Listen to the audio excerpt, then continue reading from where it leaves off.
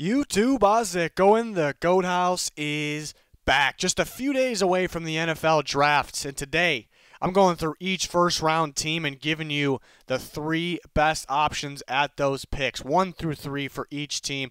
For the teams that don't have a first round pick, at the end of the video, I'll talk about the options 1 through 3 if those teams were to trade up. Who would they be trading up for?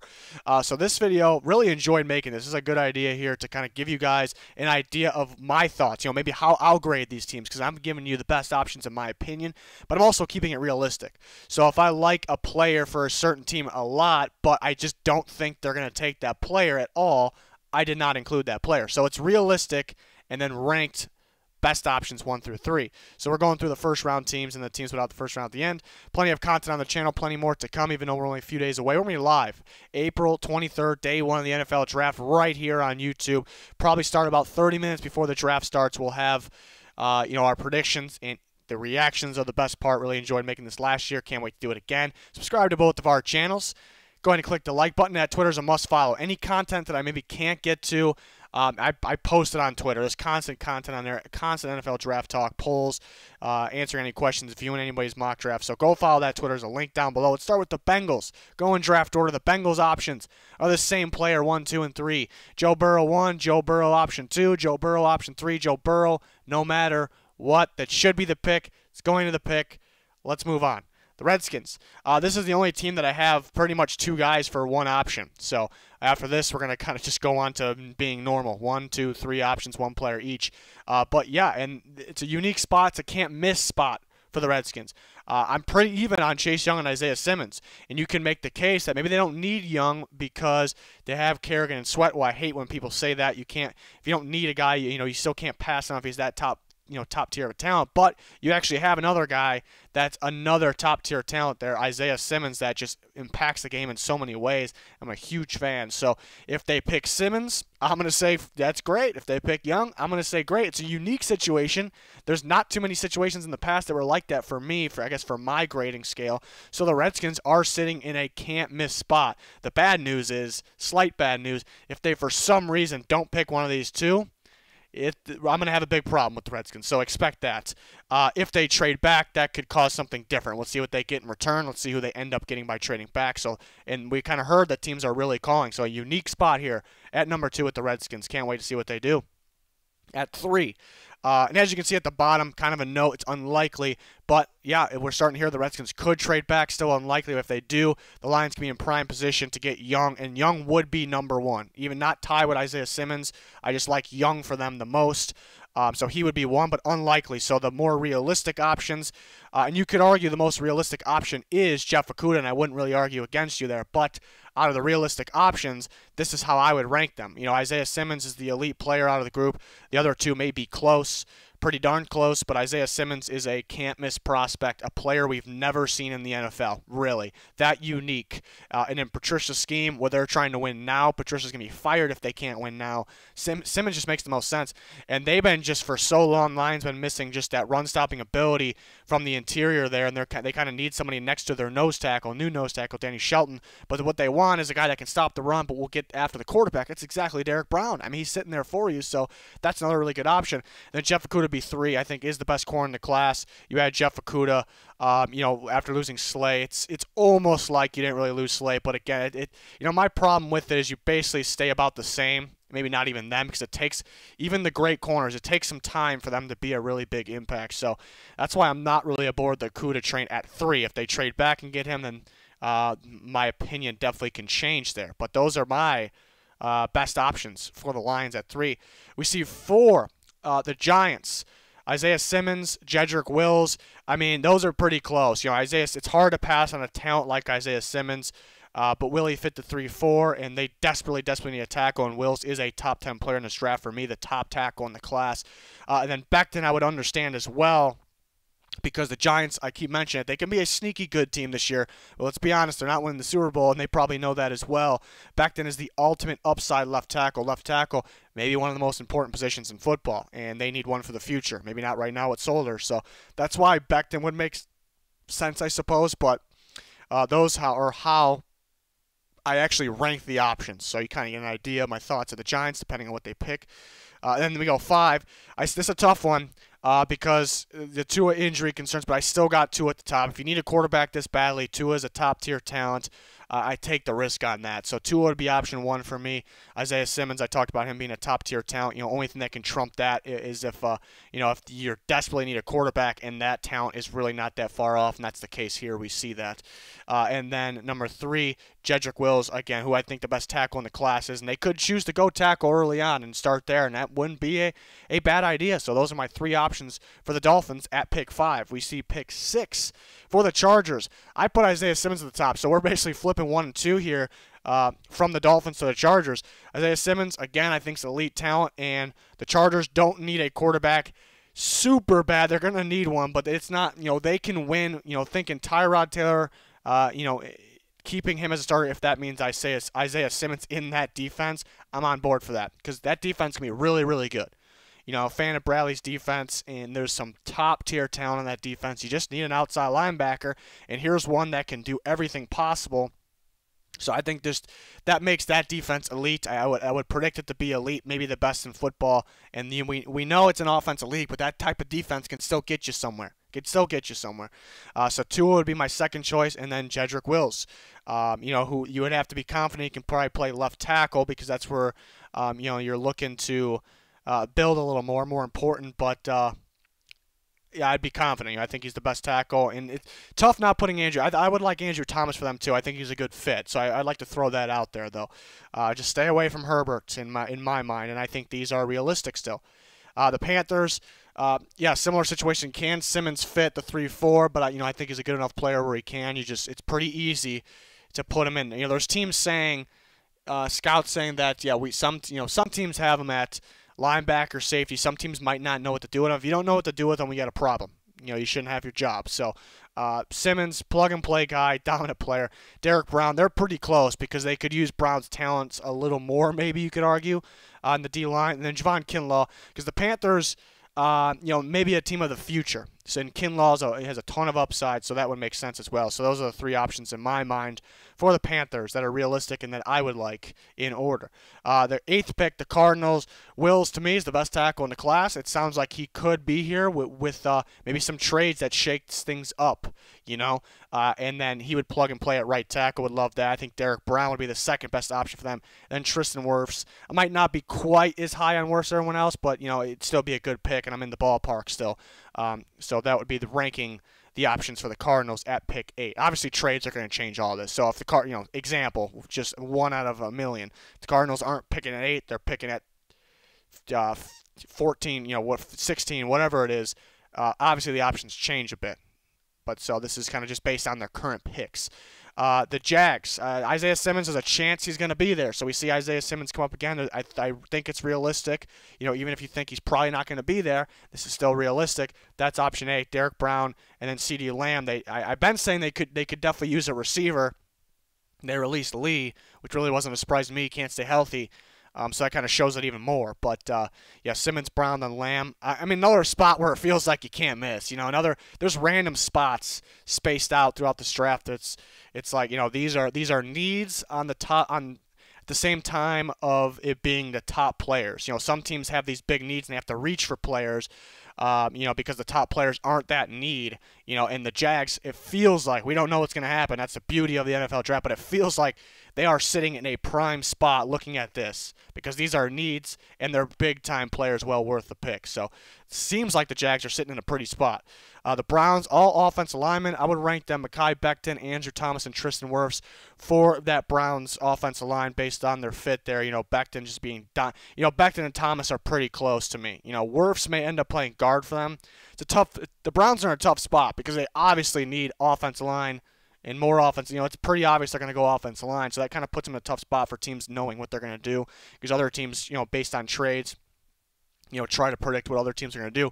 Pretty easy team to predict what they're going to do, but they may have their choice here between a couple of these. But I would like BECTON, just on the outside. The Browns are going to run the ball a lot, and BECTON's real fun in that category.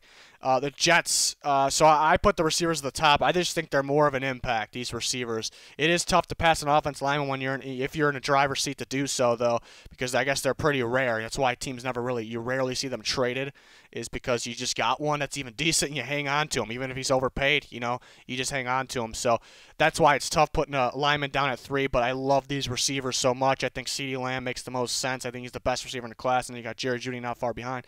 But I did throw the offense. If they like Andrew Thomas, and if he's there, they actually may take him. I may actually predict them to take him if he's there, and I wouldn't really blame him too much. This is the way I would rank the options there.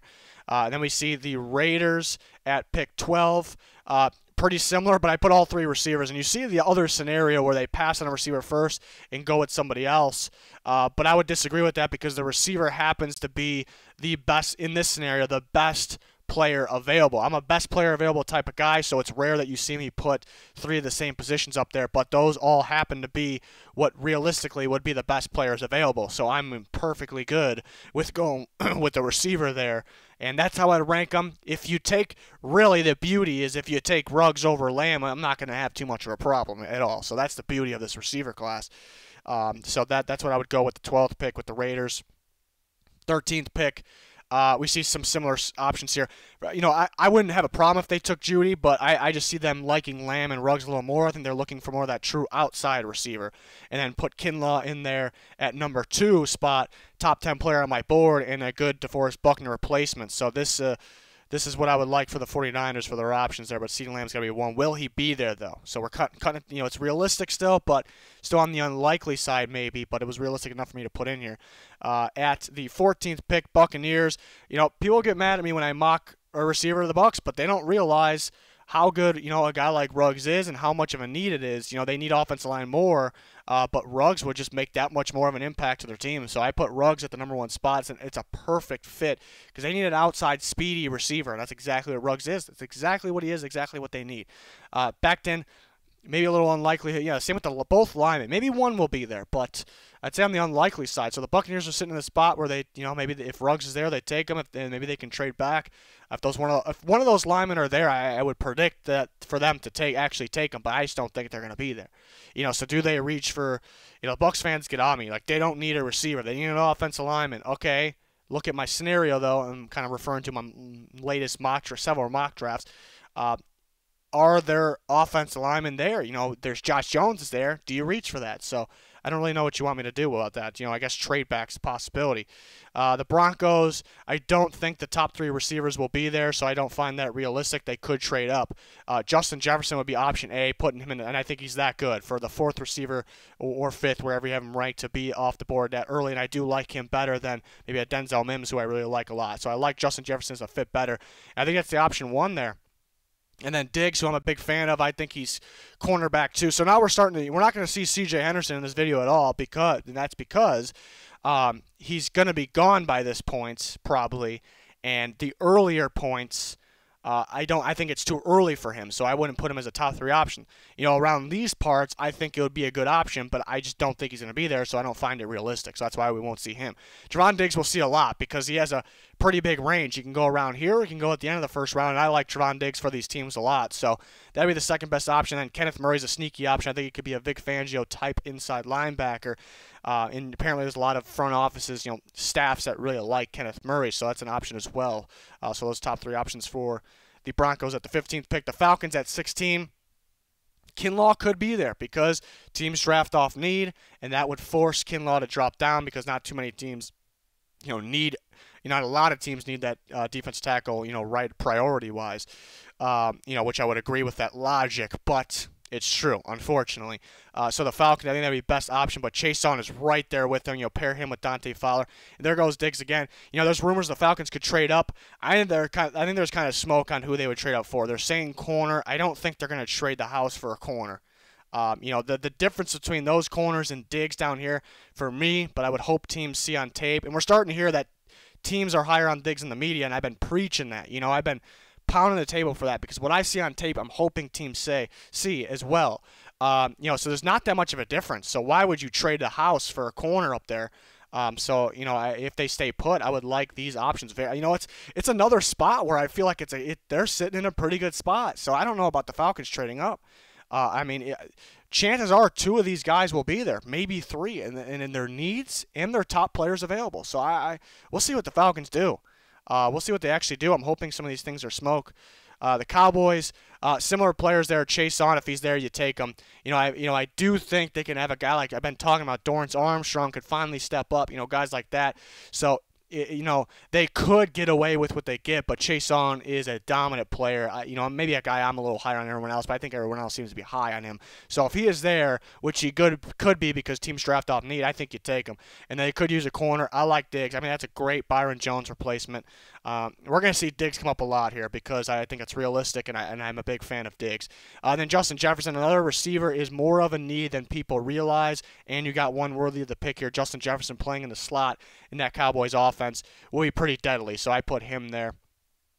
And we move on to the Dolphins' next pick. This is where it gets tricky, the teams that have multiple picks, because we kind of got to know what they do with their first pick. So that's why this is where this video gets a little tricky.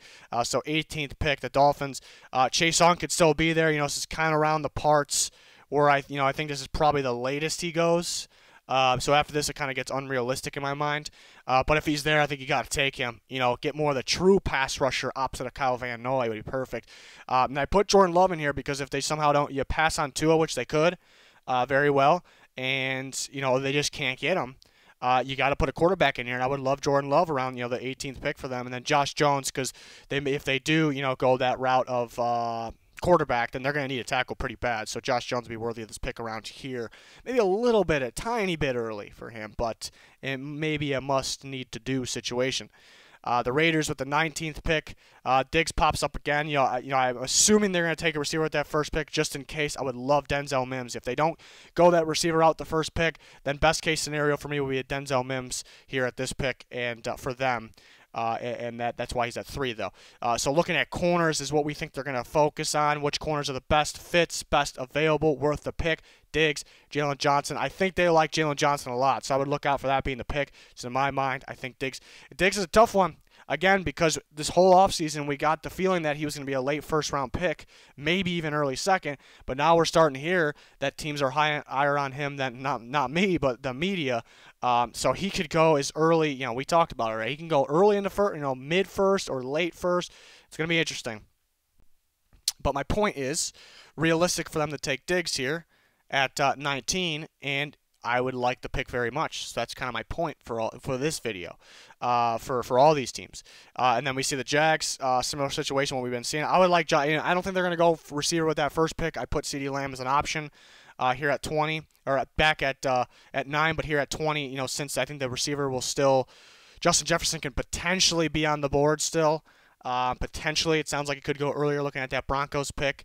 I think this would be great. Put him in the slot, better than Westbrook, a lot better. And Jefferson is well worth this pick. And then we see Diggs. They could use a corner, and Diggs makes them a lot better there at that spot. And then Blacklock, who I see as kind of a Calais Campbell replacement of Fitz, so that is a good option. The Jags are sitting pretty, ladies and gentlemen. I love where they sit in this draft based on what they need and who the best player available is. The Jags, the Dolphins have 3 picks, so obviously they pretty much have it made. They have to do a little bit of moving. But the Jags, with their 2 picks on top of what they need and where they sit, it's looking good. But again, the draft is unpredictable. So basically what I'm saying is I expect to be happy with what the Jags did. So maybe a little more disappointing, even more disappointing if they disappoint me, if that makes any sense. The Eagles will be next. I like Denzel Mims for them the best. It's tough to decide what they would want to do the most. Jefferson's a true slot receiver, and they could use a slot receiver. I just think it's more the outside receiver is just more important to them. And you look at who they got. They got guys that could potentially play this year, Jeffrey and Deshaun Jackson, but 2 guys that, hate to say it, realistically can get hurt. And I tried to warn the Eagles fans about Deshaun Jackson last year. They didn't want to listen. So they're going to be moving on from both of those guys after this year anyway. So, I mean, getting a guy like Mims is going to be, and they've kind of made it known that unless it's smoke, that they like CeeDee Lamb at the top. So that kind of tells me who they like around these parts. It's Mims. I like Mims. But if they do want that slot receiver that can do a little more, Jefferson, and I do like Jalen REAGOR for them too, would be more the outside that can, be that more shifty and speedy outside receiver. So yeah, I went all receivers here. You know, if they're going to win, their defense can be good, but if they're going to win, it's going to be because of their offense. Is that dominant? Is that dynamic? That unpredictable? So add a top tier receiver to the mix, and there is a pretty big drop-off after these groups of receivers here up at this part of the draft. Moving on to the Vikings, at this point I'm thinking Justin Jefferson is definitely off the board. I think the latest he goes is to the Eagles, so it would not be realistic in my mind to put Justin Jefferson here for the Vikings. Denzel Mims I actually think will be here. The problem, and the reason I didn't put Denzel Mims in here is because, and I like Denzel Mims a lot, I just don't see the Vikings going that route. You know, I think what they've done in the past in that style receiver scares them. It scares me a little bit. I think Denzel Mims is a little different than the Laquan Treadwell will say, but it might scare them enough. You know, so I think they will really like REAGOR. I think it's a realistic pick, and I would love REAGOR for the Vikings. You know, they need that speed on the outside, but they do love, you know, giving those receivers underneath and end arounds, and that's exactly what REAGOR is. So then Josh Jones, if he's there, it might be tough to pass on him because they are looking for, you know, a left tackle of the future. And Brandon AIYUK is pretty similar to REAGOR. I think he's a really good fit. And the reason I didn't put a corner in here for the 22nd pick is I just think these players are better than the corners that will be available, maybe minus Trevon Diggs, but I don't think it's realistic if the Vikings take Trevon Diggs for obvious reasons there. Who knows, though? Maybe I'm wrong on that. Maybe they don't have a problem with Trevon, just Stephon, you know? But yeah, for the realistic corners, these guys are all higher on my board, and I think it's that much more of an impact player for them as well. So these would be my 22 options for the Vikings here. And then we look at the Patriots. I think Jordan Love, you know, this is probably the latest he goes. Somebody may jump him. Maybe even somebody surprises us, and maybe he's the second quarterback off the board. I can't rule that out, you know, after Joe Burrow. But this would be great for him to learn, you know, under this coaching staff. Would be absolutely fantastic. Kenneth Murray, I view as kind of like a Jamie Collins / Van Noy, you know, off-the-ball linebacker that actually is pretty productive getting after the quarterback. And then same with Zach Baun. We know Zach Baun is that. I think there's more upside with Murray. And Baun kind of already was that, and we see what the Patriots did. They took Van Noy and Jamie Collins, who were just, they weren't that type of pass rusher / off. They were kind of just off the ball linebackers only, and they kind of converted them. So they like doing those things. That's why I would like Murray a lot. For them, the Saints, I like Murray a lot for them too. They kind of need pass rush from that linebacker unit, and that's what they get from Murray. They're looking for another outside linebacker in their scheme. I like AIYUK for them a lot. I think that's a really good fit. A guy that can play outside and in the slot, stretch the field. You know, really good after the catch. You know, I think that's kind of the complement, almost to complement Emmanuel Sanders actually, to kind of, they can kind of keep going back and forth on where they play, you know, slot outside. So that would make sense. And Zach Baun, again, we see what the Saints are looking for, maybe that same type of linebacker, what we talked about the Patriots. So I throw Zach Baun in there as well. So I like those options for the Saints. And I'm almost tempted to put a guy like AIYUK at first because I talked about this. The Saints, if they're going to win it all this year, it's kind of a Super Bowl or bust type of situation with the Saints. You can understand why. But it would be because of a dominant offense. So let's go make this offense that dominant. So that's why you could argue a guy like AIYUK, or you know, I'd prefer AIYUK for them. I just like the fit. I was about to say somebody else, but you know, I really like AIYUK for them. It just feels right, you know. So you could argue that person, you know, AIYUK would be one. And the Vikings. So this route I go corner, and they have other needs. I mean, you could go in here and put an offensive lineman. You know, Cesar Ruiz was pretty close to being in here. Or you can go and put a pass rusher that fits. Wouldn't be as high on my for options as these corners, so it happens to be 3 corners here.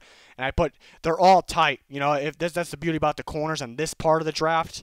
You know, if they take Fulton over Johnson, it's really no problem. It really isn't. So that's why, you know, I put Johnson 1. You know, they're all pretty similar in coverage. They're all pretty darn similar. You know, just in the tackling aspect, which isn't the most important thing for a corner, but that the slight thing will bump him above the rest. So that'll be why Johnson is 1.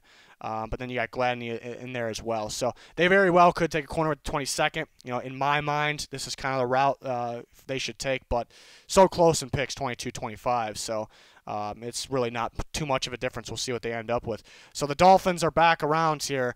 Josh Jones was an option with their second first-round pick, but he still could be available here. Maybe the Vikings don't pass on him twice, so maybe that's the kind of flaw here, but I think he can still be available. I've heard there's some teams that have third-round grades at him, most teams around the end of the first round, so he can still be available. Fifth offensive tackle in the draft. The Dolphins would take him in this situation. If they want to go interior, though, Cesar Ruiz is an option, and I do like Winfield's best safety, I should say DB, really good DB in the draft, because he can play free, strong, and slot corner. I like him at either free or slot corner the most. The Dolphins may put him in the slot if they took him, but people are kind of looking for strong safety for the Dolphins. But to me, just get the best safety. You can get better in either spot. That's my opinion. But you just take Antoine Winfield, but that's a third option there. Looking like offensive line in this spot, but it really depends what they do with that first pick. It's always tough to do teams multiple times. And the Seahawks, a little bit of a surprise here, but I would absolutely love Trevon Diggs. Maybe they don't need a corner, and Seahawks fans are probably going to tell me that because they added Dunbar on top of Griffin and Flowers, and I do like Griffin. Griffin's pretty solid, showing some promise. Other guys, not that the other guys aren't. Dunbar had a really good season. It was kind of out of nowhere, so you can't expect a whole bunch. Your expectations are probably high, but they shouldn't be super high. Diggs is a press cover 3 corner. He will be, he can be a man corner. He can be any type of corner. I think he's that good. But if he's in a press cover 3 scheme, this guy will be a absolute stud. The Seahawks and the Niners, 2 teams, are really known for that. So I'd love the fit so much, and I would take, if I'm the Seahawks, it would be tough for me to pass him if he's there. Like I said, Diggs' first round range, pretty big. Ruiz, I've been mocking Ruiz to the Seahawks a lot. They need somebody in there that can play center or guard, really, if they want to keep Finney at center. But I think they put Finney at guard, Ruiz at center. So that makes a lot of sense. And then Gross Matos, who you could actually probably trade down a little bit for, but looking for fits from the pass rush position, that's somewhat worth the pick. And I'd say Gross Matos is that guy. There's kind of a lack of the fits. And you won't be able to get, maybe as good as one down the line. So that's option 3.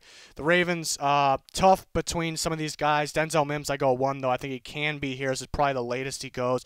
And I just like the fit with him and Lamar Jackson. Just picture Denzel Mims, running across the field or downfield, catching the ball in stride, what he does best from Lamar Jackson on the run. I think it's a really good fit. Exactly what they need in there, with Hollywood Brown. Kenneth Murray's a really good Martindale fit there. He'll play inside, but then he likes to rush his inside linebackers a lot. It's exactly Kenneth Murray right there. So it's a really good fit. It's tough not having him at 1. I just like Denzel Mims that much. And then OKWARA, I was deciding between OKWARA and BAUN. OKWARA, BAUN, pretty similar. Both pass rushers that can cover pretty well too. They want a guy that can get after the quarterback, but they want a guy on the edge that can also drop back coverage because, like I said, Martindale rushes his inside linebackers a lot, and I'm feeling OKWARA for them. But Zach Baun is pretty much a tie right there between OKWARA and BAUN. OKWARA, definitely an underrated guy, had a lot of production when he played. The Titans are next, and I put Diggs at the top again. I got Diggs everywhere in this one because, again, the range. It's realistic. He could be available, and a lot of these teams really could use him. Another team where he was, that Vrabel defense where he would really succeed on, I think, and they need a cornerback of the future and one to help him right now really as well. BLACLOCK, I think, would be a great, well worth the pick. I like BLACLOCK a lot, and a very good Jarrell Casey replacement. And same situation as the Ravens. BAUN, OKWARA, they could use a pass rusher that can get after the quarterback that can also drop back in coverage. So BAUN versus OKWARA, they're pretty even. I think they would like BAUN a little more. The beauty about these 3 is they're pretty even for the Titans, so if you take number 3 above number 1, really not a problem. The Packers, would love Mims for them as well, but I just think he's gone. So I went receiver heavy at the top. REAGOR's exactly what they need in that offense, exactly what they're missing. The speed on the outside, but then you can do so much more with him too. It's kind of that Randall Cobb, better prospect and more to his game than Randall Cobb, in my opinion, more speed to his game than Cobb. So I think that's a guy that they would really like. And AIYUK is somewhat similar. I just like the REAGOR fit a little more, but I would like AIYUK for them. And then Patrick Queen sounds like he actually could be here, and they could use an inside linebacker. That could be the route they go.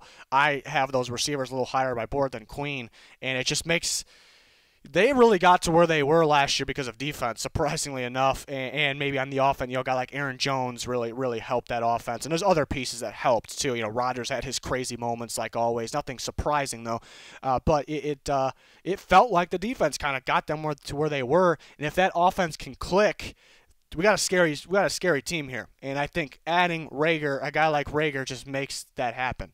So that's why I kind of want receivers before the linebacker, and it's an offensive league on top of that. The Niners, we see Trevon Diggs again. Talked about if he went to a press zone 3 team, he would absolutely dominate, light it up. The Niners and the Seahawks. There's multiple teams. The Niners and Seahawks are the first teams that come to mind when running a lot of press zone 3. So Diggs, I think, would be just absolutely fantastic for the Niners. If he went to the Niners and he started at corner, I think he would be the best rookie corner this year. The best, number 1. I'm going to say it. That's my thoughts there. Jalen REAGOR, number 2. If they pass on a receiver at the first, REAGOR could be around in these parts. Kind of like Deebo Samuel, kind of built the same way, does the same things after the catch. REAGOR is going to be more of that speedy outside one, though. So having 2 of those guys, but they complement each other really well, would make a lot of sense. And A.J. Terrell, who I think actually, just like Diggs, I think could be a pretty good cover 3 corner there. You know, I trust Diggs' press a little more, but and the Niners don't only run press. You know, they run a lot off as well. You know, we've seen them kind of get beat with the press in the Super Bowl because of the speed of the Chiefs. So they do run a lot of off the line as well, and I think Terrell will come be better in that option, so guy to look out for. And then we see the Chiefs. I like BLACKLOCK at the top, and people may call me crazy, but I really like BLACKLOCK. I think he's it's hard to replace Chris Jones, but he's the closest thing to it. But they have Chris Jones franchise. He could be gone after this year. The GM is on record saying they want to sign him, but you never know because priority is extending Mahomes very soon. Jalen Johnson and Christian Fulton, guys that are realistically can be there that would fit kind of their man scheme there on their defense. The teams that could trade in the first round options for other teams that don't have a first-round pick. If the Colts traded in, these are the 3 guys I would be thinking of. If they went receiver, I would absolutely love Denzel Mims, exactly what they're missing. And then the quarterbacks, I put Eason a little ahead of Love, pretty even, but I've been riding the Eason fits, you know, behind Phillip Rivers and just fits the Colts, you know, pretty damn well. So if they traded up and they're sitting on the clock, we know they traded up. These are the 3 guys. Depends on where, obviously, but these are the 3 guys I'm thinking of. And the Texans, if they traded up, yeah, OKWARA and BAUN would fit their 3-4. I think they would like OKWARA a little more. And then Winfield, too. I think they can move Reed to strong safety, put Winfield at free, or they can put him at slot corner, really. So those are the options if the Texans were to trade up, who I'd be thinking of. Pass rush, to me, the actual edge rush position, because J.J. Watt's a 3-4 end. He's not the actual edge rusher, so that is a huge need. Steelers, Jordan Love, and I got both quarterbacks here, Love and Eason. They need a quarterback. They don't have a whole bunch of needs, but they do need a quarterback of the future.